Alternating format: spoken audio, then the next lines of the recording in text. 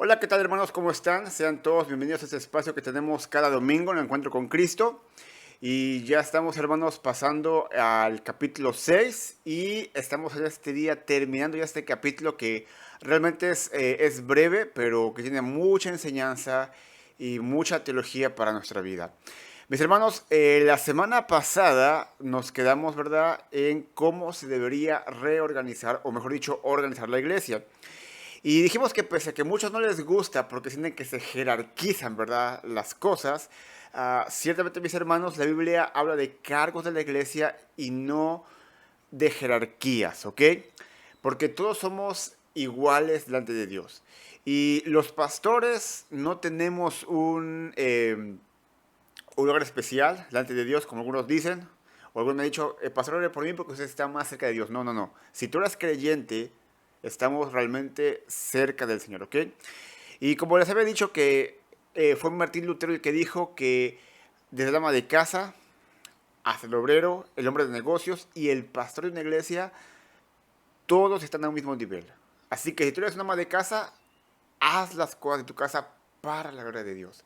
Si tú eres maestro, enseña bien para la gloria de Dios. Si tú eres pastelero, haz los mejores pasteles para la gloria de Dios, porque todos mis hermanos, es para su gloria. Así que vimos también que el número de creyentes había aumentado. Y había aumentado tanto que no se podía contar ya. Nos quedamos entre 20.000 y 25.000 personas, pero ya el número de creyentes era sumamente superior. Porque seguían la iglesia en pureza, seguían la iglesia en poder, seguían la iglesia enfocados en Cristo Jesús. Así que dijimos que en esa primera iglesia de Jerusalén, por llamarle de una forma, había creyentes judíos, los que eran nacidos en tierra de Palestina, y creyentes griegos, judíos que habían nacido fuera de Palestina y que de una u otra forma habían asimilado la cultura greco-romana. Y aunque estos judíos griegos, por llamarles así, eran personas devotas a Dios, no por eso se les dejaba de ver como creyentes de segunda categoría por los fariseos, saduceos y por el concilio. Y lamentablemente, ¿verdad? Al parecer, algo similar estaba pasando con los cristianos, tanto judíos como griegos, en la iglesia de Jerusalén. Vimos que se estaba desatendiendo el cuidado de las viudas de los griegos. Y como hemos visto, Dios en el Antiguo Testamento tenía cuidado de las viudas. De hecho, esa idea se refuerza en el Nuevo Testamento. Así que, viendo el problema y estando ya informados los apóstoles, sugieren a la congregación buscar entre ellos, entre la iglesia, personas que fueran llenas del Espíritu Santo y de buen testimonio, los cuales tuvieran como ministerio administrar tanto lo monetario como los alimentos o lo que hiciera falta. Y de esa forma los apóstoles podrían encargarse de lo que el Señor les había encomendado: la oración, el estudio de la palabra y la proclamación del Evangelio. Así que de la misma congregación de Jerusalén, de los mismos cristianos, salen 7 hombres, dice el texto, llenos del Espíritu Santo, con sabiduría y devotos al Señor. Y estos creyentes eran Esteban, dice aquí el texto, un hombre lleno de fe y del Espíritu Santo. Felipe, Prócoro, Nicanor, Timón, Parmenás y Nicolás. Ellos son presentados a los apóstoles y después de orar y buscar la guía del Señor, les imponen las manos y los ordenan para el ministerio de servir las mesas. Y como bien dijimos la semana pasada, esto no son los primeros diáconos, ¿ok? Explicamos las razones por las cuales no son. Y aquí no tengo el tiempo para reexplicarlo, así que si quieres saber las razones, puedes ir al video anterior de la semana pasada, hacer un breve repaso de cómo es, ¿verdad?, que estos no eran diáconos, ¿ok? Bueno, así que el resultado de buscar a personas de buen testimonio que amen al Señor y que sean llenos del Espíritu Santo dio como resultado lo que vimos en el versículo 7 la semana pasada. Y la palabra de Dios crecía y el número de discípulos se multiplicaba en gran manera en Jerusalén y muchos de los sacerdotes obedecían a la fe. Así que la palabra de Dios crecía porque se había liberado de la carga de las mesas a los apóstoles. y ellos estaban al 110% dedicados a la proclamación del Evangelio.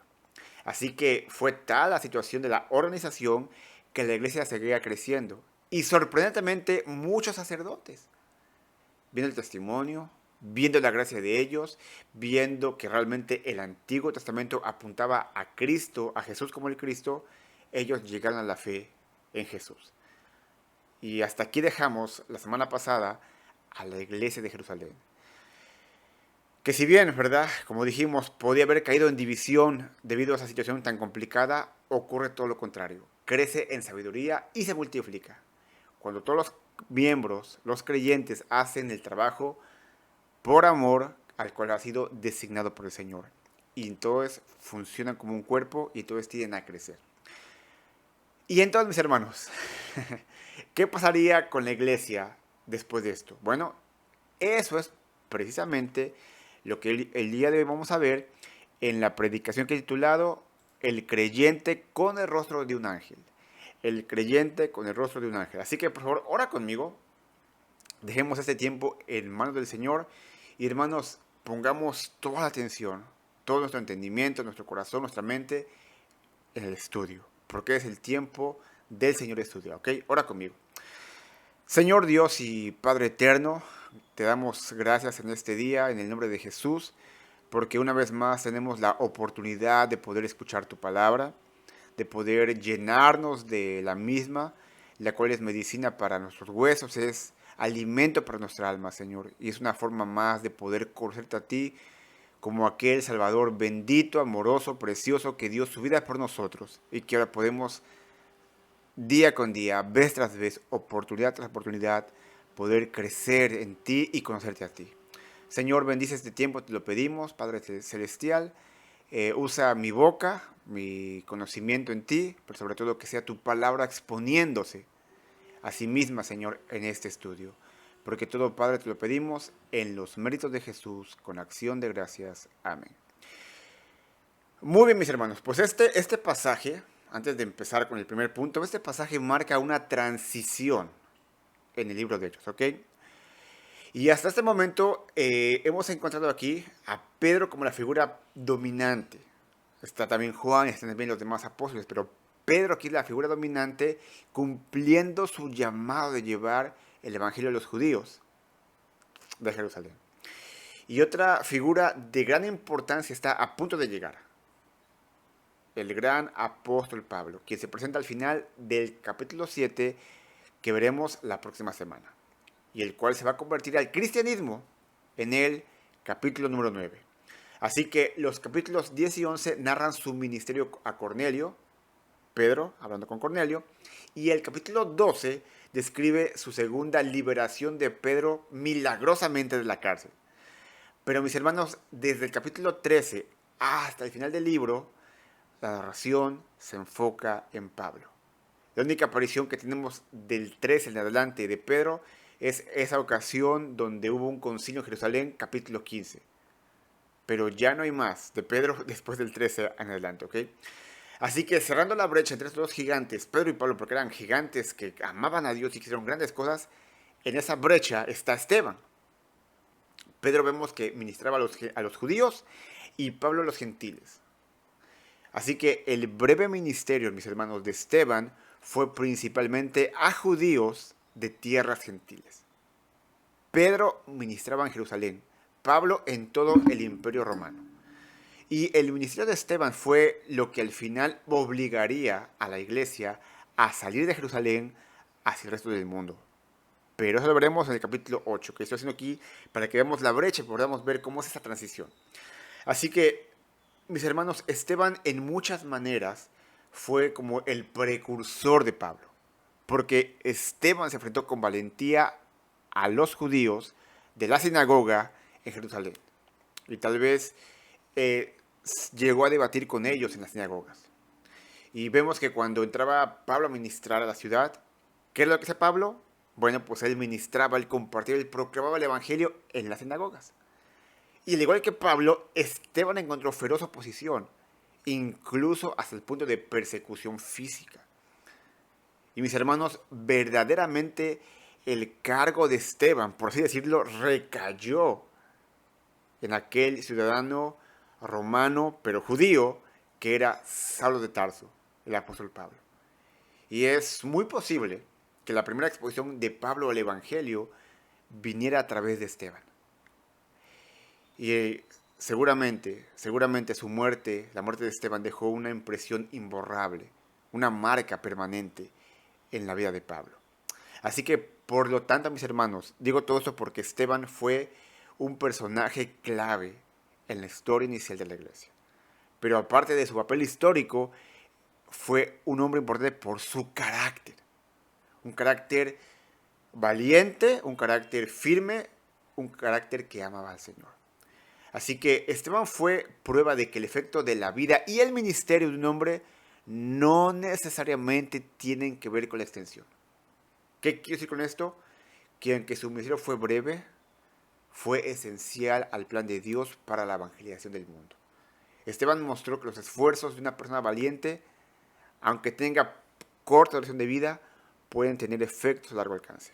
Y un ejemplo un poco más contemporáneo está en Jean Elliot. Jean Elliot fue con los Aucas en el Ecuador. Al final, con sus amigos, él muere. Y muere, al parecer, sin ningún convertido. Pero después de eso, su esposa y muchos misioneros que estaban pensando qué hacer, fueron a tierras lejanas y alcanzaron a muchas personas. Humanamente hablando, Jim Elliot no hizo casi nada. Es más, murió por su fe. Pero la extensión de lo que él hizo fue admirable. Al igual que está aquí pasando con Esteban. Así que el desinterés de Esteban y la intrépida proclamación que éste hiciera del Evangelio lo llevaron a pagar el precio final por su entrega. Él acaba muriendo. Él fue el primer mártir de la iglesia. Así que la muerte de Esteban denotó la primera de una serie de persecuciones que han desafiado a la iglesia a través de la historia. Mis hermanos, tenemos el privilegio de vivir en países latinos o en Estados Unidos donde casi no hay persecución física, en que está viendo mucho del aspecto ideológico, del aspecto político. Pero si vamos a Oriente Medio, hay mucha persecución, hay mucha muerte. No nos enteramos porque muchas cosas se tapan, se ocultan de los medios de comunicación, lamentablemente, pero siempre ha habido, siempre hay y siempre habrá persecución.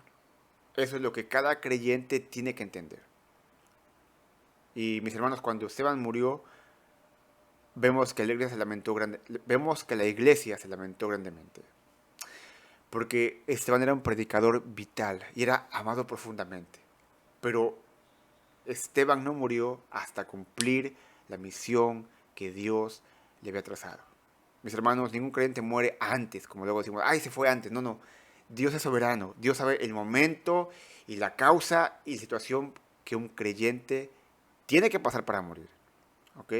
Y aunque Esteban murió pronto, por decir una cosa, tampoco su ministerio fue menos importante. Aunque no se registra en ninguna lista de creyentes, sin duda hubo mucha gente que, debido al ministerio de Esteban, él llevó a los pies de Cristo. Y mis hermanos, en la economía de Dios, en sus planes, unos plantan, otros riegan y otros más cosechan. Y una abundante cosecha resultó de lo que Esteban plantó. Uno de ellos fue Pablo, que al final compartió el Evangelio grandemente y él fue el que escribió un poco más de la mitad del Nuevo Testamento. Muy bien, hermanos. Que el mundo no reconociera la grandeza de Esteban no es ninguna sorpresa. La humanidad mide el éxito por popularidad, por prestigio, por riqueza material y por tanto no entiende la grandeza.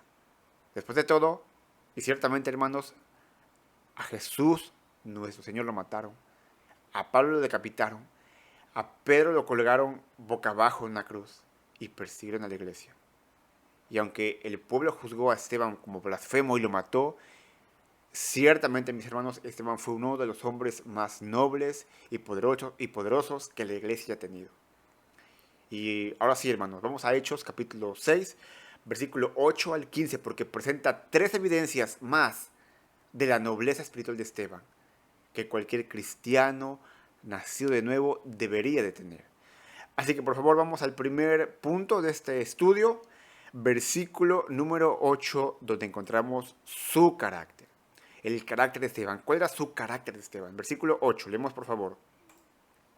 Y Esteban, lleno de gracia y de poder, hacía grandes prodigios y señales entre el pueblo. Hermanos, cuando vemos el versículo 5, que estudiamos la semana pasada, se ve cómo se describe a Esteban como lleno de fe, pero también lleno del Espíritu Santo, ¿ok? Esteban se hallaba totalmente controlado por la fe y por el Espíritu Santo, por gracia y por poder, ¿ok? Así que su sermón antes del concilio que veremos la próxima semana revela el contenido de esa fe. Esteban creía, mis hermanos, que Dios gobernaba la historia.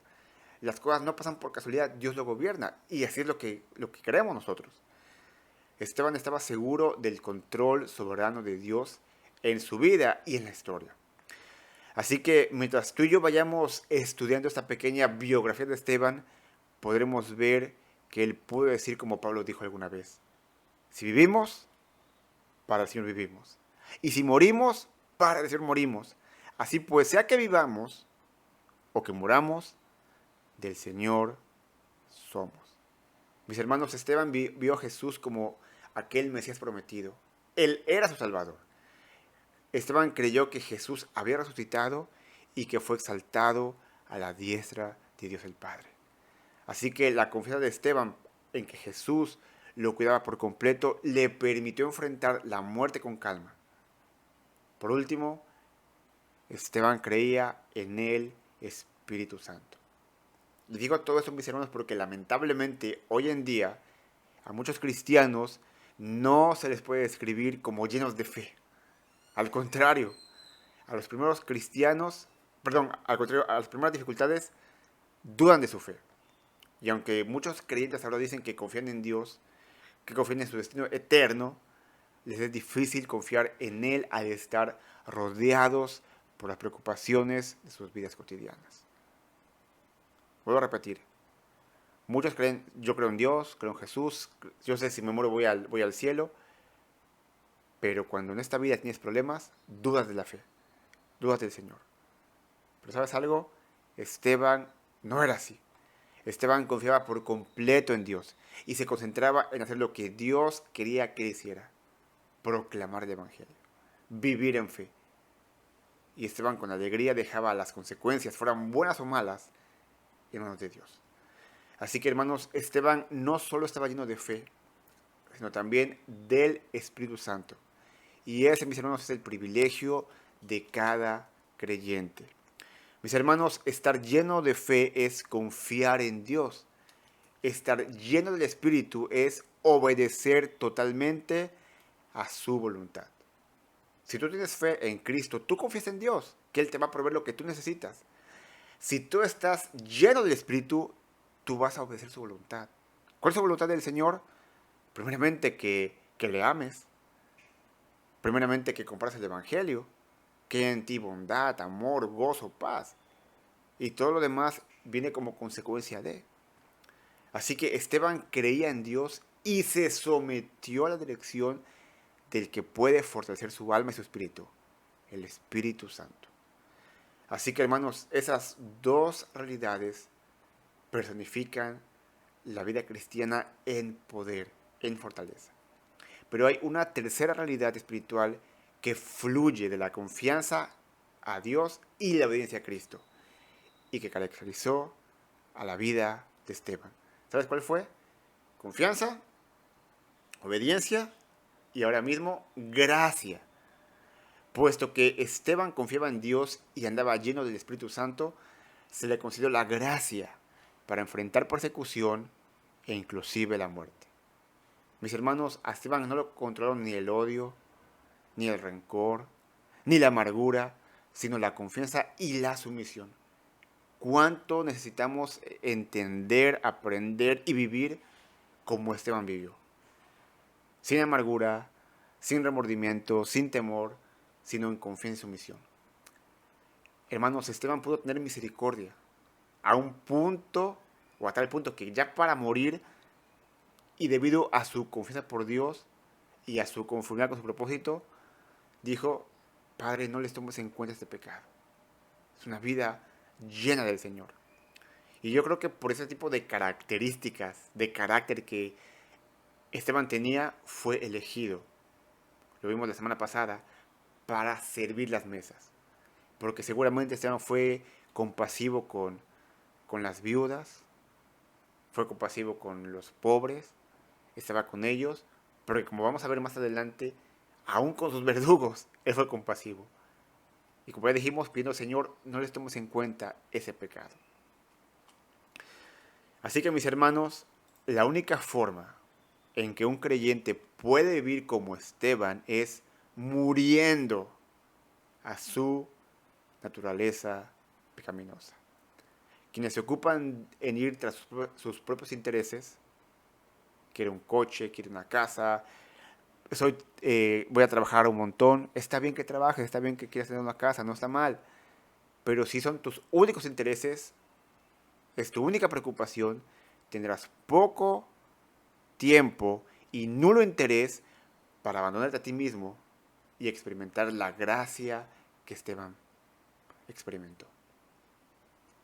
No estoy diciendo que vivas como un pobre, ni como un mendigo, ni que no trabajes, trabaja.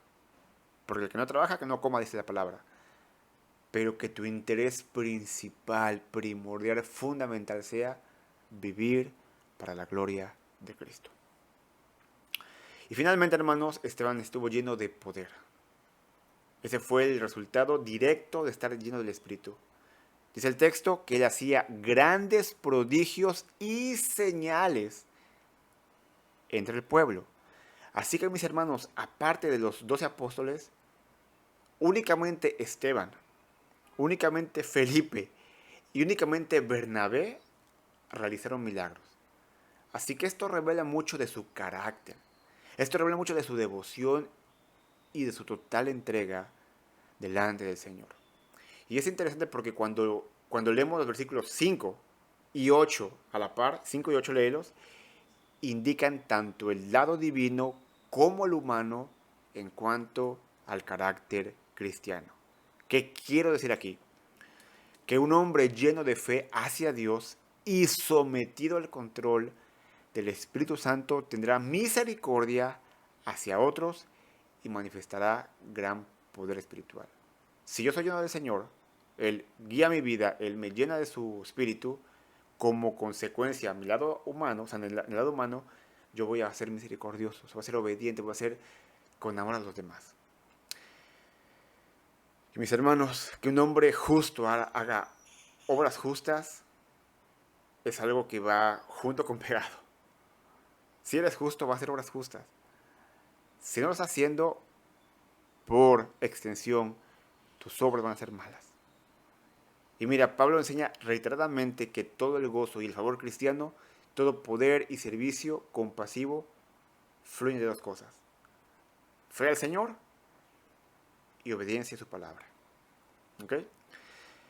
Un ejemplo clásico lo tenemos en Colosenses 3. Y Pablo ofrece a los colosenses los siguientes preceptos prácticos. Pero ahora dejad también vosotros todas estas cosas: ira, enojo, malicia, blasfemia, palabras deshonestas de vuestra boca. No mintáis los unos a los otros. Y sigue el texto, ¿verdad? Pero también Pablo lo expresó a los efesios. Y dice así: yo pues, preso en el Señor, os ruego que andéis como es digno de la vocación con que fuisteis llamados, con toda humildad y mansedumbre, soportándoos con paciencia los unos a los otros en amor, solícitos en guardar la unidad del Espíritu en el vínculo de la paz. Mis hermanos, esto lo vimos la semana pasada con la iglesia. Podría haber caído en división. Es que mis vidas no son atendidas, es que porque soy griego, es que porque soy moreno, porque soy güero, porque lo que tú quieras. Pero cuando nos soportamos unos a otros en el amor de Cristo, y nuestro enfoque es que Cristo lleve la gloria y que el cuerpo de Cristo trabaje, vamos a dejar de exigir nuestros derechos para dar de lo que tenemos. Ese es el secreto, por así decirlo, de la vida cristiana. Vivir para su gloria, del Señor, no para la mía. Dejar mis derechos a un lado y ver por el bienestar de mi hermano. Mis hermanos, la vida de Esteban mostró la gracia y el poder de Dios porque estaba lleno de fe, obediente al Señor y al Espíritu Santo. Así que esas características lo marcaron con una grandeza muy a menudo pasada por alto. Y mis hermanos, no existe otro camino hacia el carácter virtuoso y hacia una vida espiritualmente influyente que el camino que Esteban ejemplificó. Pero aparte de su carácter también vemos otra virtud de Esteban. Punto número 2, mis hermanos. Su valentía.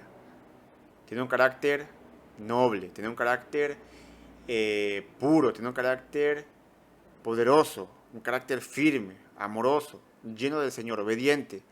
Pero también este hombre, Esteban, era valiente. Era valiente. Lee conmigo, por favor, versículo 9 al versículo 14. Pero se levantaron algunos de la sinagoga llamada de los libertos, incluyendo tanto cireneos como alejandrinos, y algunos de Cilicia y de Asia, y discutían con Esteban, pero no podían resistir a la sabiduría y al espíritu con que él hablaba. Entonces en secreto persuadieron a algunos hombres para que dijeran: le hemos oído hablar palabras blasfemas contra Moisés y contra Dios. Y alborotaron al pueblo, a los ancianos y a los escribas. Y cayendo sobre él, lo arrebataron y lo trajeron en presencia del concilio. Y presentaron testigos falsos que dijeron: este hombre continuamente habla en contra de este lugar santo y de la ley, porque le hemos oído decir que este nazareno Jesús destruirá este lugar y cambiará las tradiciones que Moisés nos legó. Qué interesante, ¿verdad? Pero mis hermanos, un hombre con el carácter de Esteban puede enfrentar cualquier ataque. Y vaya que era un ataque difícil. Y acusaciones falsas. ¿Qué nos dice el texto? Que alarmados por el poder y la eficacia del espíritu del ministerio de Esteban, se levantaron unos de la sinagoga llamada los libertos, los de Cirene, de Alejandría, de Cilicia, de Asia, y disputaban con Esteban. Hermanos, la palabra se levantaron indica que los hombres fueron movidos a actuar. A ver, ¿qué está haciendo Esteban? Aquí no podemos quedarnos callados y sentados. Vamos y hablemos con él. Así que, perdón, así que furiosos por su odio al Señor Jesucristo y por su amor al pecado suyo, ¿verdad? De justicia propia, que vaya que era un pecado grande y todavía lo sigue siendo, esta gente fueron tras este hombre, Esteban, que era adoptado por Dios. Y nos encontramos aquí, hermanos, que por lo menos hay 3 diferentes sinagogas que se levantaron contra Esteban. Número 1, la sinagoga llamada de los libertos. Número 2, los de Cirene de Alejandría. Y número 3, los de Cilicia y de Asia. Y mis hermanos, recordamos que las sinagogas eran lugares de reunión donde la comunidad judía se congregaba con el fin de leer las escrituras y adorar. De hecho, era gente que sabía la palabra, sabía el Antiguo Testamento. Y todas esas sinagogas, nos dice el texto, se levantaron contra Esteban. Y es posible, hermanos, es posible que como estudiante del gran rabino Gamaliel que vimos la semana pasada, Pablo hubiera estado en aquel debate contra Esteban. Posiblemente debatió con Esteban, no lo sabemos, es posible. Así que dice el texto, ¿verdad? Que hombres de todas estas 3 sinagogas se juntaron disputando con Esteban. Hermanos, ellos tenían un debate acalorado con Esteban. Y aunque no se nos dice, no se nos revela el contenido de ese debate, sin duda el debate se centró en la muerte, en la resurrección y la condición mesiánica de Jesús, así como la incapacidad de salvar de la ley mosaica y del ritual del templo. Recuerda que la ley no salva, hermanos. La ley es como un espejo, te dice en lo que estás mal, en todo, pero no te puede salvar es Jesús el que salva, ¿ok? Pero vemos como uno por uno Esteban vencía en estos debates. Y aunque no sabemos cuál fue el contenido, ¿verdad?, de este debate, Esteban venció una y otra vez más. Dice el texto que sus oponentes no podían resistir a la sabiduría y al espíritu con que Esteban hablaba. Hermanos, el razonamiento humano, ¿verdad?, de esa gente, aún con la escritura, pero obviamente interpretada a su modo, no encajaba con la sabiduría que Esteban tenía, que le fue dada por Dios. Y lamentablemente, al no poder derrotar a Esteban en un debate justo, sus oponentes cambiaron de táctica y recurren al famoso argumento llamado ad hominem. ¿Qué significa eso?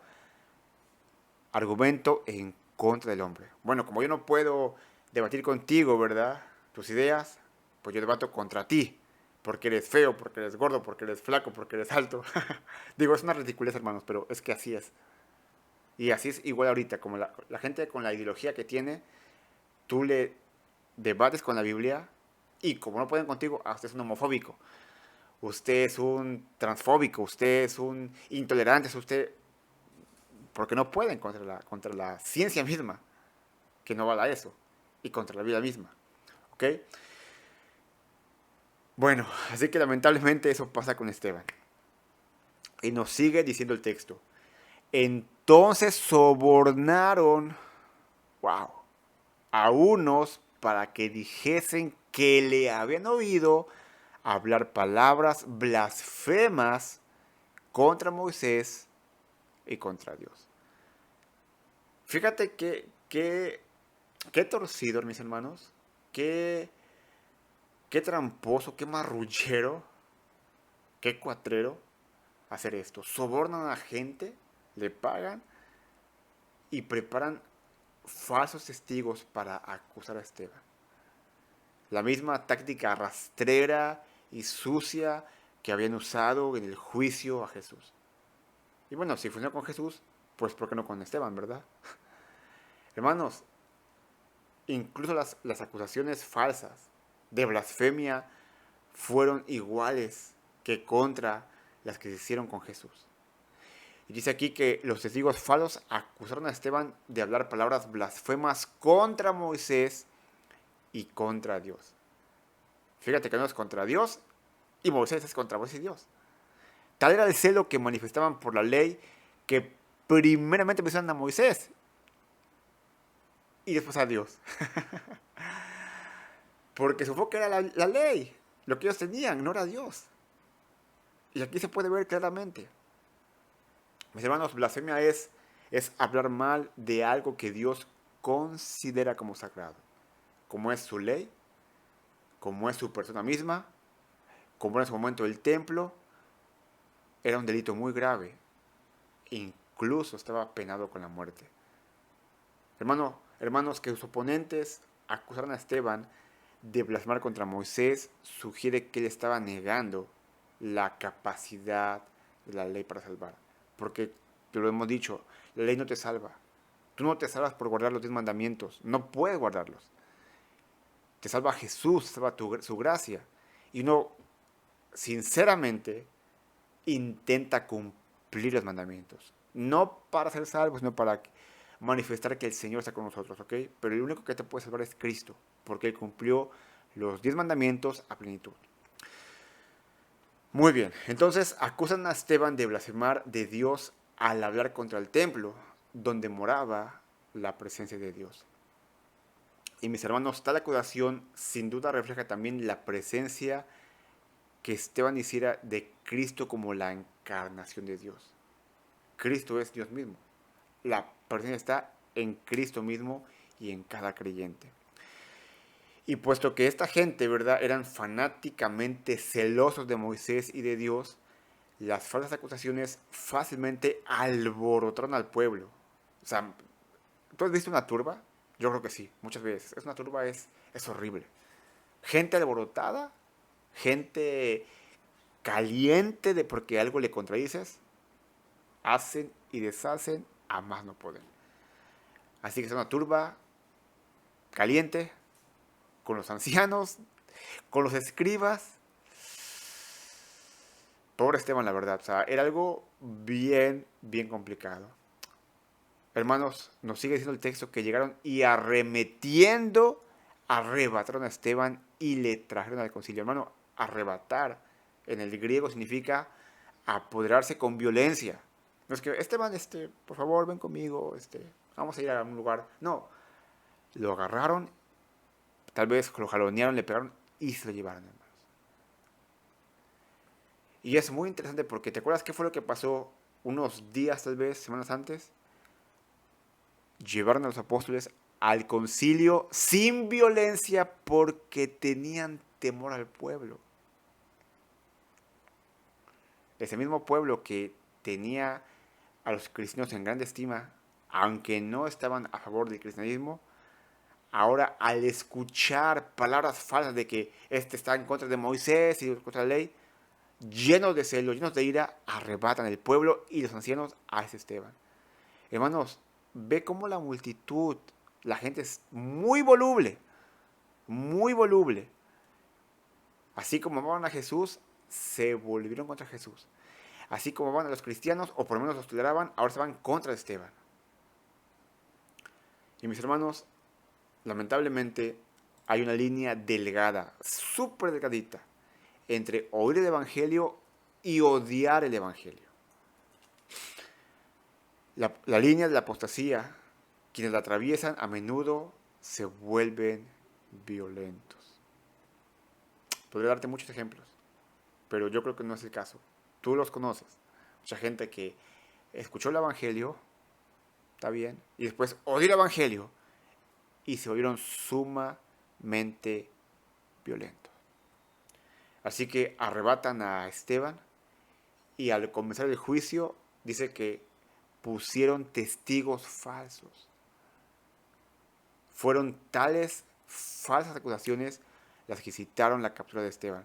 Y ahora, otra vez más, los testigos falsos repitieron las acusaciones que habían agitado al pueblo, es decir, que Esteban no cesaba de hablar palabras blasfemas contra este lugar santo, que era el templo, y contra la ley. Y mis hermanos, esas personas fueron testigos falsos no por poner palabras en la boca de Esteban, sino por tergiversar lo que él decía. El versículo 14 nos da un ejemplo del enfoque que los falsos testigos pusieron en las palabras de Esteban. Dice, le hemos oído decir que ese Jesús de Nazaret destruirá este lugar y cambiará las costumbres que nos dio Moisés. A ver, mis hermanos, hagamos historia un poquito, ¿ok? Jesús nunca afirmó que iba a destruir el templo, ¿te acuerdas? Él dijo, derribar ese templo, mi cuerpo, ¿verdad?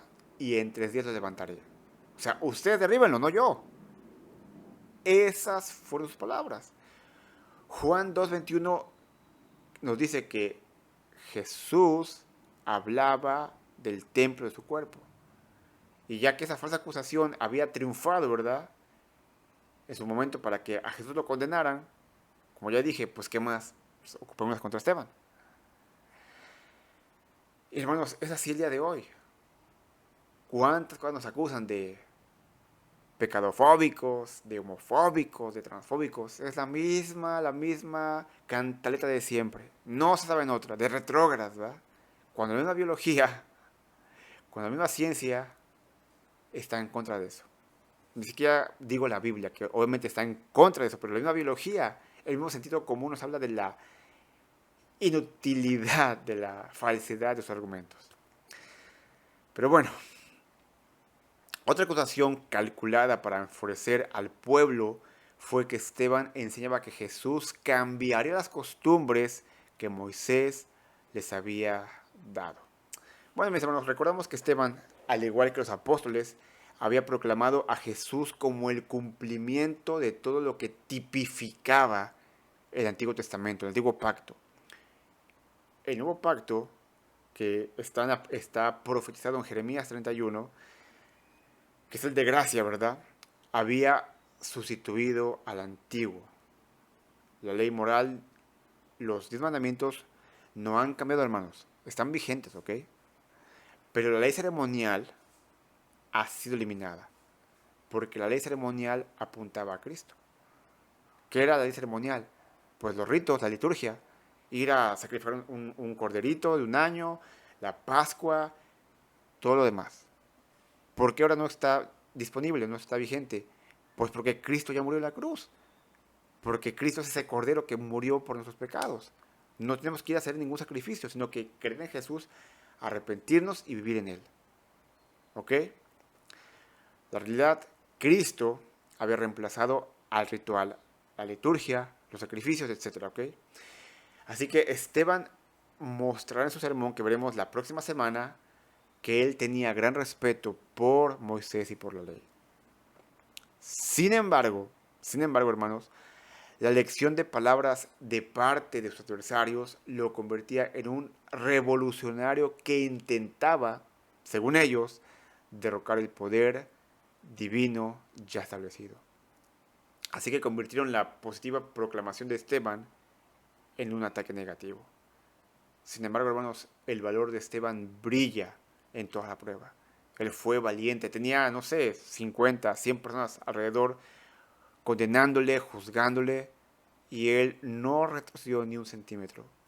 Se mantuvo firme porque mayor era el que estaba con él que los que estaban contra él. Así que a pesar de la intensa oposición que encontró Esteban, no dio marcha atrás, para nada. Y a medida que sus enemigos se quejaban, él reiteraba sin cesar el mensaje del Evangelio. Incluso mientras lo juzgaban delante del concilio, su valor no titubeó. Y voy a leer un poquito, ¿verdad?, de lo que vamos a ver la semana siguiente. Hechos 7, 51 al 53.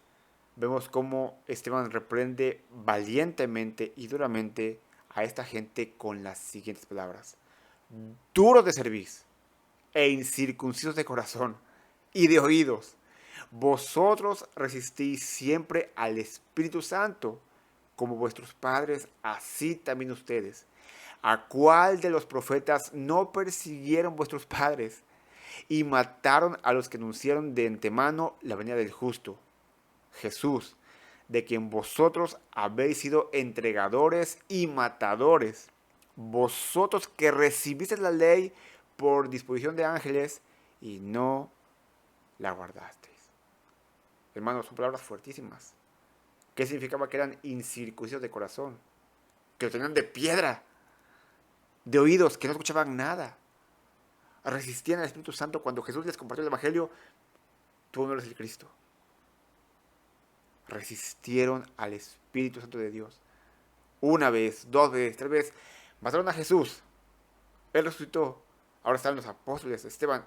Los siguen resistiendo. Duros de corazón. Duros de cerviz. Sordos. A un concilio de 100 personas decirle eso. ¡Wow! Pero hermanos, tenemos en Esteban a un hombre con carácter cristiano y con valor delante de Dios. Así que es alguien con un carácter cristiano, con un valor, pero hay una tercera virtud, y eso lo vamos a ver en el punto final de este estudio. Su semblante. Su semblante. Nos dice el versículo final, versículo número 15. Ok, no está aquí en la pantalla, pero lo puedo leer. Y al fijar la mirada en él, todos los que estaban sentados en el concilio vieron su rostro como el rostro de un ángel. Hermanos, esta escena presenta un fuerte contraste, porque Esteban se lleva ante el concilio acusado de ser un perverso blasfemador de Dios, del templo, de Moisés y de la ley. Pero cuando los miembros del concilio fijan los ojos en Esteban, vieron su rostro como el rostro de un ángel. ¿Se entiende? Esteban, lejos de ser un perverso, Esteban irradiaba la santidad y la gloria de Dios. Mis hermanos, Dios mismo contestó las falsas acusaciones judías poniendo su gloria divina en el rostro de Esteban, algo experimentado por ninguna otra persona en la historia excepto por Moisés. Así que Dios mostró su aprobación acerca de la enseñanza de Esteban exactamente del mismo modo que hizo con Moisés. Y Pablo escribe lo siguiente: y si el ministerio de muerte grabado con letras en piedras fue con gloria, tanto que los hijos de Israel no pudieron fijar la vista en el rostro de Moisés a causa de la gloria de su rostro, la cual había de perecer, ¿cómo no será más bien con gloria el ministerio del Espíritu? Porque si el ministerio del Espíritu, porque si el ministerio de condenación fue con gloria, mucho más abundará en gloria el ministerio de justificación. Porque aún lo que fue glorioso no es glorioso en este respecto, en comparación con la gloria más eminente. Porque si lo que perece tuvo gloria, o sea, el rostro de Moisés, mucho más glorioso será lo que permanece, que es la gloria de Cristo. Hermanos, al poner su gloria en el rostro de Esteban, Dios mostró su aprobación al nuevo pacto y a su mensajero. Así que el noble carácter y el extraordinario valor de Esteban reflejan su grandeza. La elección que la iglesia le hiciera para un alto cargo como servidor de mesas muestra el alto aprecio que tenían por este hombre. Pero ¿sabes qué es lo más importante de todo esto? Que Esteban era grande a los ojos de Dios. Entonces era pequeñito a la gente judía, a la gente que le veía, pero era de grande estima a los ojos de Dios. Y eso es lo más importante. Y Dios, al honrarlo como hizo con Moisés, Dios seleccionó a Esteban como uno de los hombres más grandes que han vivido. Y como ya dijimos, su vida y testimonio fueron grandes y afectaron profundamente a un hombre aún más grande, Saulo de Tarso, o mejor conocido como el apóstol Pablo. ¿Saben algo, mis hermanos?